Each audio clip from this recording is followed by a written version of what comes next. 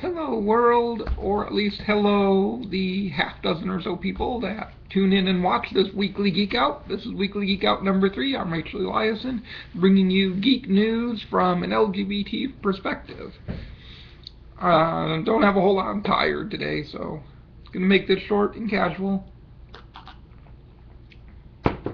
In plain geeky news, Kickstarter has a Death Star. Since the U.S. government decided it would not build Death Star despite a petition, they've launched a Kickstarter.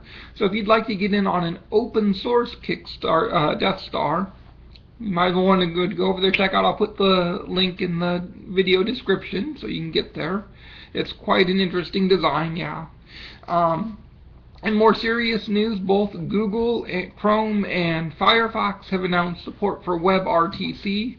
WebRTC is a video chat program that would be entirely web-based, so it would be completely not dependent on your browser or your operating system, which is an absolutely great thing for the end user, and it's great that two of the best web browsers out there are going to support this project.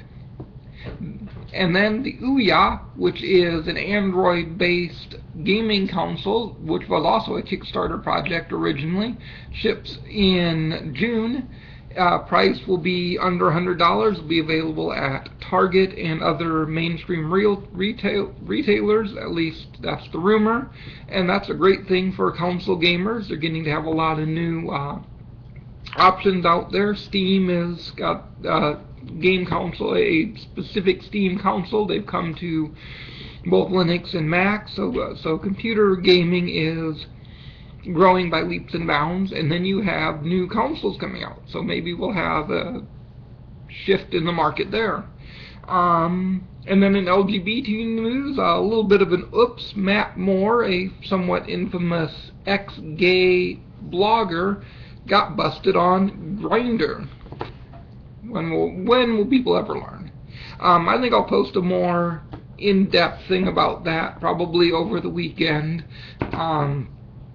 Mr. Moore, part of me says we should just cut him some slack. He's just some poor guy who's trying to deal with his sexuality and obviously not doing a terribly good job of it.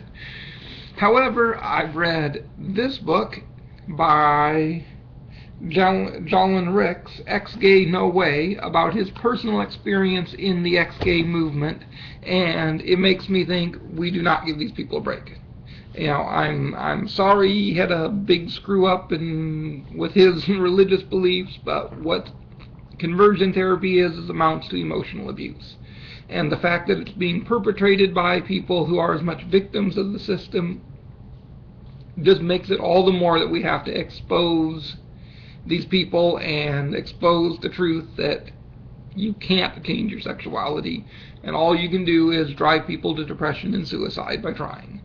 And that's my opinion on it. Like I said, I'll post something a little more, and I think that's all I have for tech news. Kind of a short geek out, but we'll see you next week. Have a good one.